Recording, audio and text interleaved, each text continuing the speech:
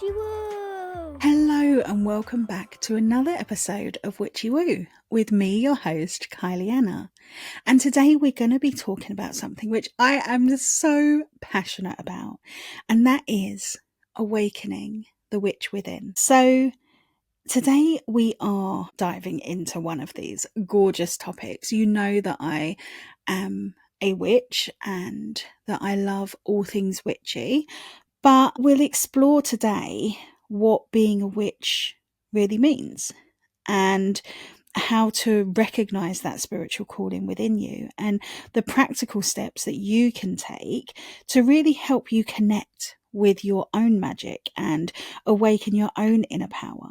So whether you're new to this path or you're rediscovering it, I truly trust and I love the fact that you are here for a reason and you're exactly where you're meant to be. And I love that you have chose to spend your time listening to this episode. And I love that you've been called here. So before we get into this, before we begin, let's talk about the word witch. Now, I will throw the term witch around a lot. And I know that there are a lot of people who listen to this podcast who don't necessarily identify as a witch. And that is absolutely fine. You know, like this isn't just a podcast for witches, although naturally Witchy Woo will attract the witch community. It is for anyone who feels that spiritual calling within them, no matter where they are on their journey. If they're just dipping their toes in because they can feel a little bit of a calling, or if you're full on witch, magical, just beautiful creature, then everyone is welcome here.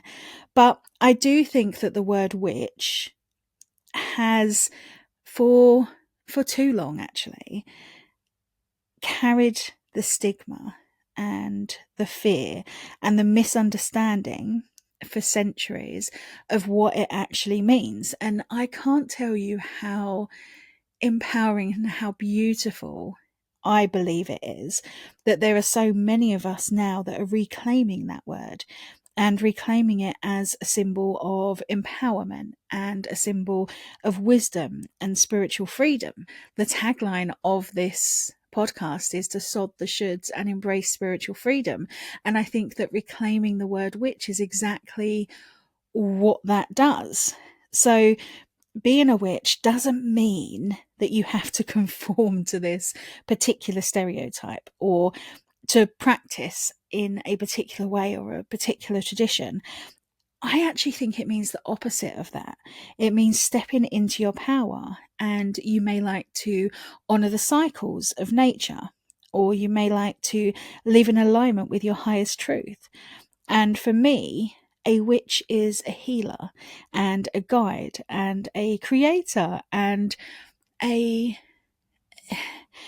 force of transformation. So if you have ever hesitated to claim the word witch, maybe that's because you're not a witch, which, as I say, is absolutely fine.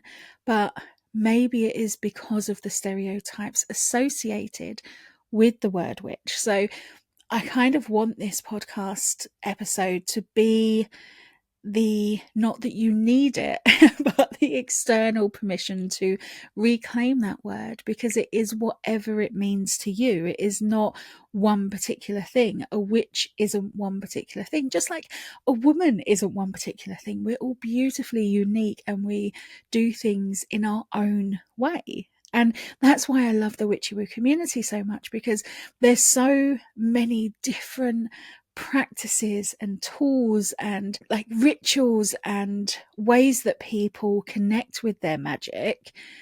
It's just amazing to hear from all different perspectives, and we can all learn from one another. When I talk about awakening your inner witch, it often feels like, well, for me, it felt like remembering something ancient within you. And I wanted to give you a few signs of, that you may expect to feel when you are awakening this magic within you. So you may notice that you have a heightened intuition. If you have been called to this particular episode, to this particular podcast, then there is a likelihood that your inner witch is calling to you. Whether you want to label that as witch or label it as woo or woo curious or however it feels most comfortable for you, the fact that you're here, I believe your intuition has led you here. So it may be that you sense things before they happen, or you may have really vivid dreams at the moment, or you may experience deja vu. And all of these things are your soul's way of kind of getting your attention and saying, look at these things that I'm showing you. I'm showing you these for a reason, and it's almost, for me, it felt like I had forgotten part of myself. And when I reclaimed that word witch for myself and I reclaimed my inner witch, it was like the empowerment of becoming full and becoming whole again, and remembering the ancient ways that I have practiced across many lifetimes. So you may feel that inner calling towards your intuition, or as I say, those vivid dreams, those deja vu moments, and just note it as a sign that this is your soul communicating to you.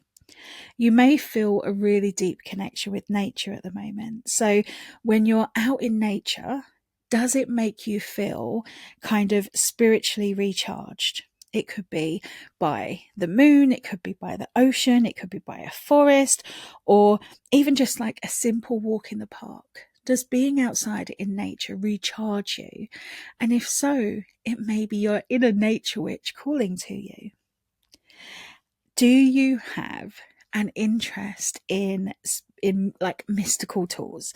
So like I'm I'm a bit obsessed with all things magical and all the tools that we can use. And whilst I strongly believe that the real magic comes from within and that the tools that we use just aid us in receiving these messages, oh my gosh, that doesn't mean that I love them any less.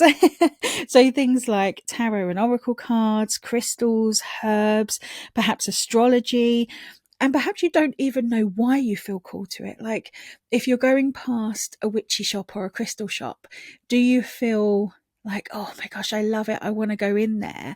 Like I could honestly lose days going into those kinds of gorgeous shops, just looking around and soaking in all of the energy around me. So if you feel that calling within you too, then perhaps that is your inner witch, again, communicating with you and trying to call that part of you out.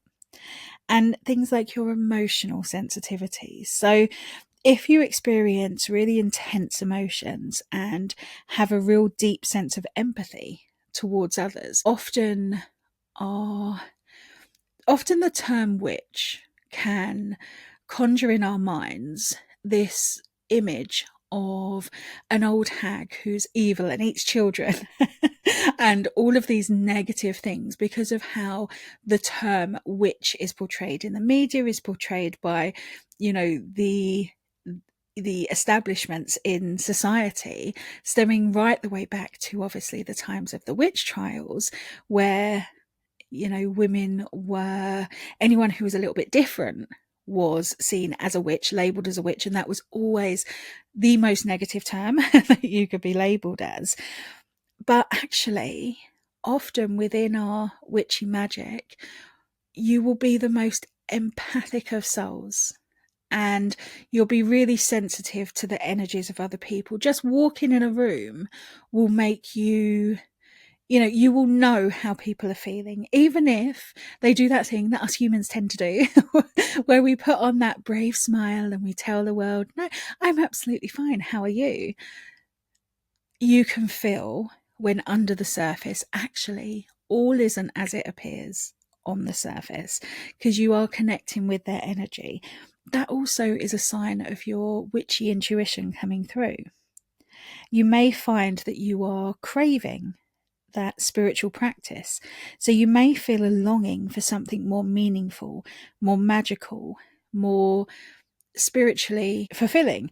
And even if it isn't something specifically related to your witchcraft or to something witchy or something spiritual, you may feel this, like there's a missing part of you. And you may feel that there's this longing for something more, like, you kind of have this feeling that there's more to the world than you are aware of at the moment. And you haven't quite unlocked what those beliefs are yet, but you know that there's something more and you feel called to explore that more. Another way you may know is the synchronicities and the signs that come your way. So you may notice things like repeating numbers, spirit animals, symbols showing up just at the right time.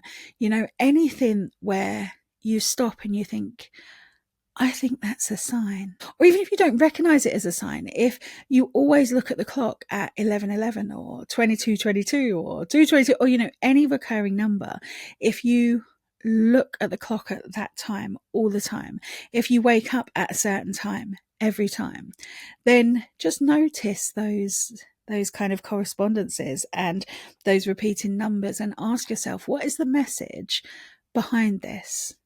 Because the fact you're noticing means that your soul communicating to you is working. Your inner witch trying to kind of get out and say, look, notice me. It's working because you are noticing those signs. And I would advise you to just kind of keep noticing and keep being open-minded. And anytime you think to yourself, could this be a sign? And then your human brain kicks in and thinks, no, this isn't a sign. You need more. This is ridiculous. I need a sign. Then allow that to kind of be pushed down a little bit and trust that this is your sign. And you'll notice, oh my gosh, how often I receive so many little signs throughout the day that before I didn't really pay too much attention to, or I kind of brushed off as coincidence. And the more that you give yourself, or your human side, I should say, that kind of evidence-based stuff, the more inclined your human is to accept this witchy or this spiritual path. And if these do resonate with you, trust that your awakening is unfolding exactly as it should do. So how can we help to awaken our inner witch? I think it's a really good idea for us to normalize talking about how to consciously step into our power, which I believe is our inner witch, especially as women. Now, obviously there are male witches as well, but this podcast is obviously specifically designed for women. And I think it is something that genetically as females, we have had passed down from past lives through our DNA, that especially as a woman, it is a scary thing to be a witch. So I think consciously taking that step into your power is really empowering. And awakening your inner witch is kind of about creating space for your own spiritual growth and your own learning and self-discovery and self-development. And in the last couple of episodes, I've spoken about the 4 elements. So earth, air, fire, water.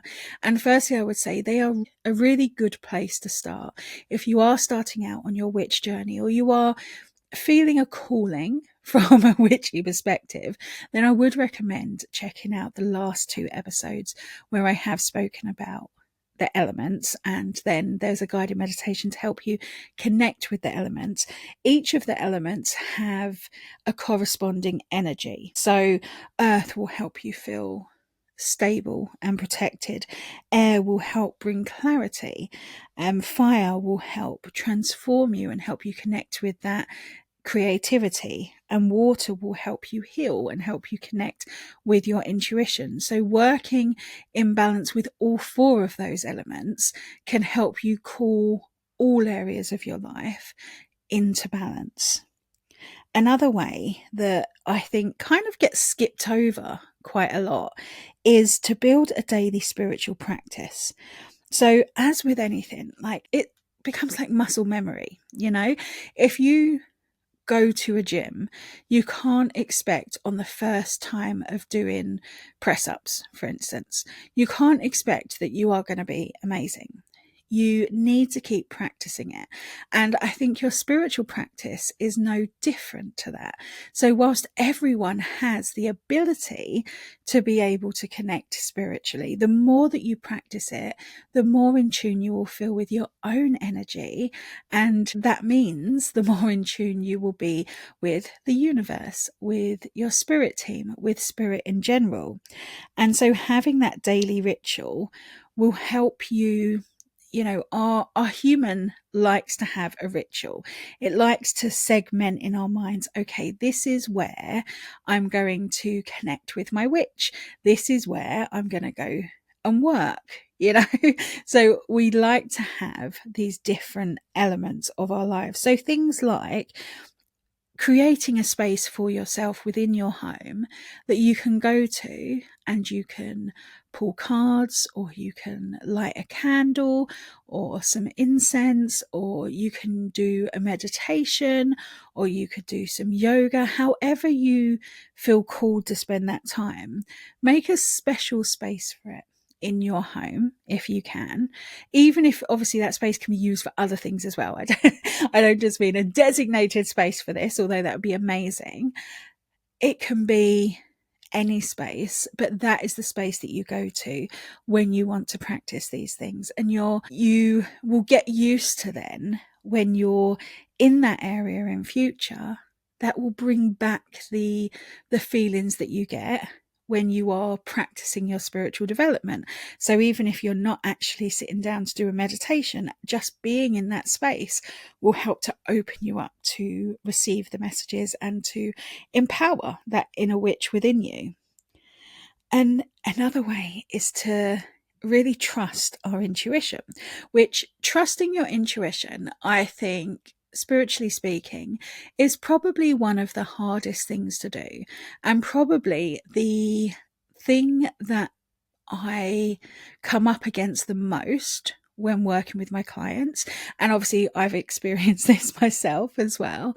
The trust in yourself and the trust in the information that you're receiving, because our human brain is so quick to tell us that we're making things up, or that we're imagining things because it's what we want to hear, or that it's just a coincidence, you know, or I may be going crazy. But all of these things will come up on your journey. Everyone has these feelings. So please don't feel that you're alone if you do doubt any of the messages that you get, or if you doubt your intuition at any time.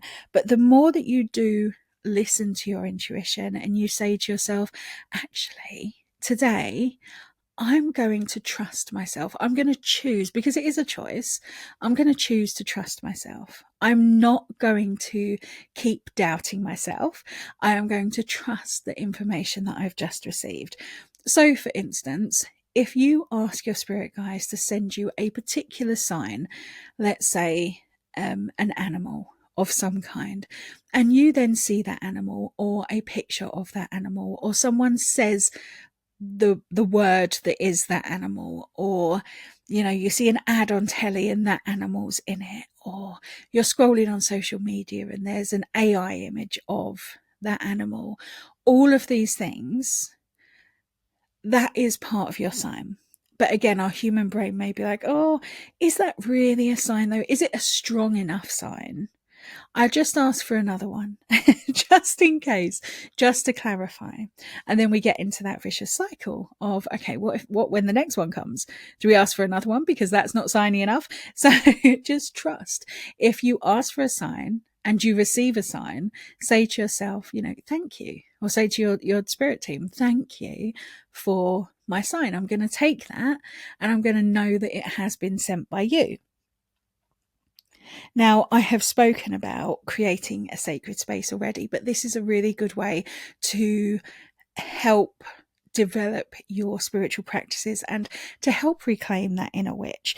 Now, for me, I have my altar and I have my space where I like to pull cards, and I like to send my healing from, and I like to have my crystals. And on my altar, I have it set up with the different elements, different offerings to different deities or the universe in general. I have my intentions on there. I have anything on there that I feel called to add. And I will usually update my altar on every one of the Sabbaths. So throughout the year, throughout the witch's wheel, I will change my altar 8 times. And each of it will represent where we are seasonally, like universally, but also where I feel within my own energy, and add in those things that feel important to me at that time. So like pictures of lost loved ones and ancestors, and anything that feels special to you and will help you to connect with your inner witch. You may like to create the altar. And when I say altar, it could literally be a shelf. It could be a windowsill. It could be on top of a sideboard, anything at all. And you may like candles or anything at all that you feel called to add there. And just allow this to be your special space. And every time you look at it, you want this space to really fill you up with joy and with that real deep spiritual joy as well. So that, you kind of get that happy feeling every time you even look in that direction. And every time you do that, you're then setting that intention and intensifying that intention and showing the universe, I am ready to reclaim my inner witch. I am ready to embody all of who I am and all of who I have been throughout the lifetimes. And another way is to learn and explore. So your magical journey is one of a constant learning.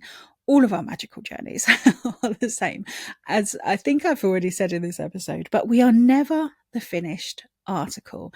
Whenever we kind of get to the end of learning one thing, there is something else that we are drawn in the direction of.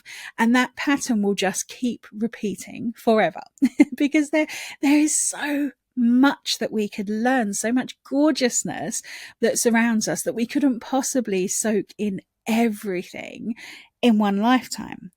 But as much as you want to learn, just allow yourself to absorb it. That might mean reading different books on a topic that you're interested in, joining a spiritual community. It could mean joining a course or a membership. And the more that you do explore, the more that your unique path will unfold. Because I have definitely found during my witchy journey that it doesn't come easy, like with anything in life. Like the whole expression, nothing worth having comes easily. And you are, if you feel you are a witch anyway. If you don't feel aligned with that, that's fine, you're not. But if you do feel aligned with that, then you are a witch. And there's nothing that you can do or anyone else can do to ever take that away from you. And, no person is more of a witch than another person. But you are constantly learning.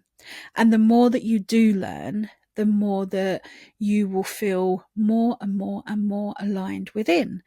And I tend to find it's like the layers of an onion, where you peel back the first layer and it feels like you've done a lot of work. And then once you've peeled it completely back, you're feeling wonderful that you have, unlocked this new part of you. You're back at the start of a new layer of yourself, and there's something else to rediscover. And I think your spirit team, it's kind of part of their job to let these lessons come at a pace that's most beneficial for you, which is at a slower pace than our human brain likes. So they like to give you the little pieces of the puzzle, and then it'll all slot into place at the right time, which often doesn't align with what our human wants.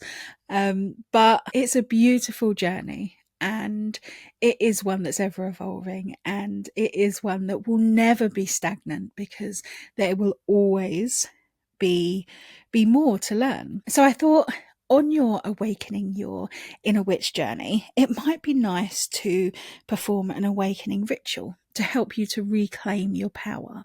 So I thought I would talk you through one way that you may feel called to do that. So what you'll need for this is a white candle, a mirror, and a crystal. Now, crystal, choose whichever one you feel called to. If you have multiple crystals, ask yourself which crystal is the right one for this journey to reclaim my inner witch. Trust your intuition. Which one is it leading you to? With the candle, obviously a white one, and a mirror, any mirror is absolutely fine. Anything that reflects you. Now, create your kind of sacred space where you're going to do this ritual. And if you can, then if it can be quiet, where you won't be disturbed. So if, like me, like recording this right now, I have to do while everyone's out the house so that there's not the background noise there. But with my spiritual practices as well, I like to do it when everyone is out the house. So you may find the same as well. And you can light the candle and place the mirror in front of you. And just take a couple of deep breaths, just connecting with where you are right now, grounding yourself, feeling the earth beneath your feet, imagining the roots growing from the soles of your feet down into the earth and anchoring you to it. Then look into the mirror and gaze into your own eyes and see yourself as you truly are. As this gorgeous, powerful, worthy, magical, amazing person that you are. And you could say the affirmation, or any affirmation that you feel called to say. I'm powerful. I'm intuitive. I'm magical. I awaken the witch within me. I reclaim my personal power and trust my path. And really feel those words when you say them. You may like to repeat them more than once.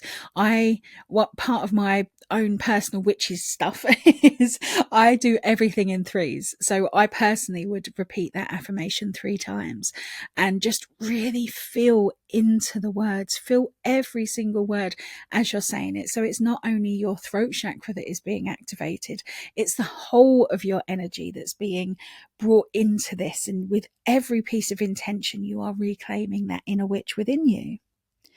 And then you could take your crystal that you brought along with you, that you were intuitively led to, and hold it in your hand and infuse it with your intention of your awakening. So all of that intention that you have felt in saying those words, in saying that affirmation, allow that power to also be absorbed by this crystal through your palm chakras. And you can carry this crystal with you as a constant reminder of your inner power. And what I would recommend is energy kind of, it can transform and alchemize over time. So I would repeat this, especially if you feel really called to just reclaim that inner witch. Then really hold on to the crystal, but do this repeatedly. Do this ritual, or any ritual you feel called to, repeatedly, to keep infusing that magical intention within that crystal. And you can blow the candle out, or you can wait till it burns out. I would recommend, if you do like waiting till it burns out, you could use, so you can get spell candles, which are quite little. And you could also use a simple like birthday cake candle, which is obviously very little, and they have a shorter burning time.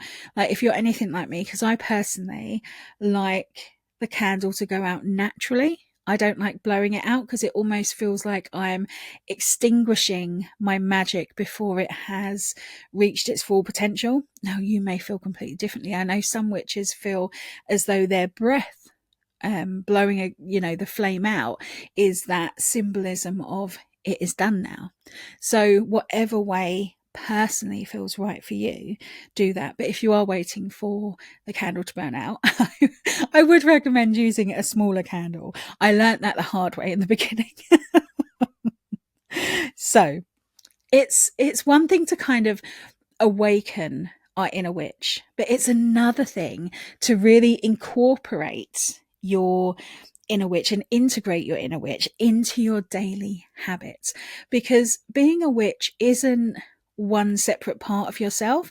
I think sometimes people feel that it is one part of themselves. It is part of the whole of who you are. Like, you don't put your witch's hat down and that's it. You're not a witch for that moment because you're putting your professional hat on or you're putting your parenting hat on. You are always a witch in everything you do. And the more that you can encompass it into every single part of your being, the more powerful you will feel and the more powerful you will be.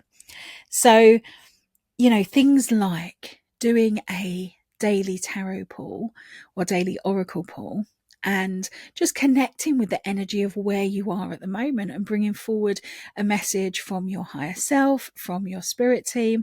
And if you're not sure about working with cards, I do have an episode in one of the earlier series, which is I can't remember the exact wording of it, but it's something like Intuitive Card Pulling 101 or something along those lines.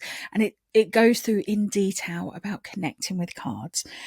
Things like moon tracking. So I was so surprised when I first discovered how connected I am with the moon. I knew that the moon was powerful, but when I actually started tracking my energy cycle throughout the moon cycle, I really noticed how there were so many patterns emerging. So I found out about myself personally that during the full moon, I am at my highest energetically, but it also means I can't sleep because I've got so much energy and I'm kind of bouncing off the walls. Whereas around the time of the new moon, I feel really I'll try that again. Really lethargic. I couldn't get that word out. But I sleep really well because I don't have much energy. And so by knowing those simple things about myself, obviously it does work for me because I'm self-employed, but I am able to plan my business and my life around when I know I'm going to have more energy. So I would highly recommend just tracking each day. It doesn't have to be really long journaling every day. Just simply, how are you feeling? Do you have much energy? Perhaps give it a score out of 10 and notice how that goes. Do it for a few months and notice if the patterns emerge at certain times of the lunar cycle. Do you feel a certain way? And I have found as well, the more that you recognize your alignment with the moon, the more in tune with it you become. So you will notice when you do start tracking, it becomes your energy and your connection with the moon becomes accelerated, which can be amazing. Obviously, it can have its downfalls as well in terms of when you have no energy at all. But I think everything is part of our journey and what we need. So in those times where we don't have the energy and we just feel super, I'm not going to say that word again, but sleepy, then we know that we need that time to rest. And we also know that actually when, the time of the lunar cycle comes around, that you are really highly energized, you will be more productive from a human perspective. Things like energy cleansing can help with your daily habits. So you may like sage, you may like frankincense, you may like Palo Santo. Just using smoke cleansing, you may like sound bowls, you may like to use water like a shower, you may like to do it with visualizing like this light ball kind of showering over you and cleansing away any energy that you're ready to release. Through gratitude practice, so each day reflecting on what you're grateful for and not using the get outs of like, I'm grateful for my family, I'm grateful for my house, I'm grateful for my job. Be more specific. What are you grateful for today? Today, I am grateful that I have this opportunity to record this podcast and share with you everything that I'm passionate about reclaiming your inner witch, because I think it's one of the most important things that we can do for ourselves as women if we feel that calling from our inner witch, to be able to do. I can't tell you how liberating and how empowering it can be. So the fact that I'm able to record this episode and that we're living in a day and age where I'm not going to be burnt at the stake for doing so is amazing. I'm really grateful for that we can share this beautiful practice.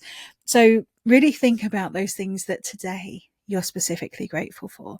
But I also feel that magic is at its best when it's combined with the mundane. So I always think about magic versus mundane and bringing them together, how it doesn't, these are ways that you can connect spiritually and bring your inner witch to life, but it doesn't have to be anything specifically related to spirituality.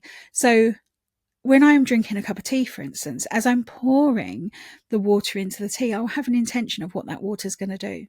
So the water's going to cleanse me and set me up for the day. It's going to purify me of all the energy that I'm ready to release. So as I'm pouring the water into the cup, I'm setting that intention of what that water's going to do. As I'm removing the tea bag, I'm expressing gratitude that I have this tea bag, that I love a cup of tea. And so being able to have this tea and then remove the tea bag, I'm really grateful for. And as I'm drinking it in, I'm drinking in the intentions that I've set. As I'm stirring the cup of tea, for me, and this is just a personal thing, you may find that in your witchy ways, it's the opposite. And that's fine, whatever works for you. I personally find clockwise I use for bringing intentions in, setting intentions, and anti-clockwise I use for releasing intentions, releasing anything really, releasing any energy that I'm ready to let go of. So if I am using that cup of tea to release, I will stir anti-clockwise and I will think about what it is that I'm going to release before drinking that in and allowing it to help me release. Or if I am thinking of manifesting something or calling something towards me, I will stir clockwise and again set that intention while I'm stirring clockwise and drink it in and allow it to be fully absorbed and fully taken into my body. So it can literally be included in anything at all. Your witchcraft doesn't have to be anything really, really witchy and really, really out there. It can be part of your everyday life. And I think that is the most important part of our witchcraft, actually, because sometimes we can spend too long without, reconnecting with that part of ourselves. So being able to bring it into daily life is a beautiful practice. So I really hope that you have enjoyed this episode. There is so much that could be covered about awakening your inner witch, and I'm sure that we will cover much more in future episodes. I know that we've spoken about this kind of thing on quite a few episodes before, and I think it's such an important topic for us to discuss, especially as women. But awakening your inner witch is about you. It's about you embracing your magic and living authentically. And it's not about perfection. It's not about the aesthetics, the witchy vibes, as much as that is gorgeous. It's about showing up for yourself and exploring and continuously learning and trusting your spiritual path. So thank you so much for joining me today for this episode. As always, I would love, love, love to hear your thoughts. So please feel free to reach out to me. You can connect with me on Facebook, Kylie Anna, send me a friend request. You can email me, kylie@witchywoo.uk. I would so love to hear from you. I always love receiving your messages. So please never worry about reaching out. But until the next time, I'll speak to you soon.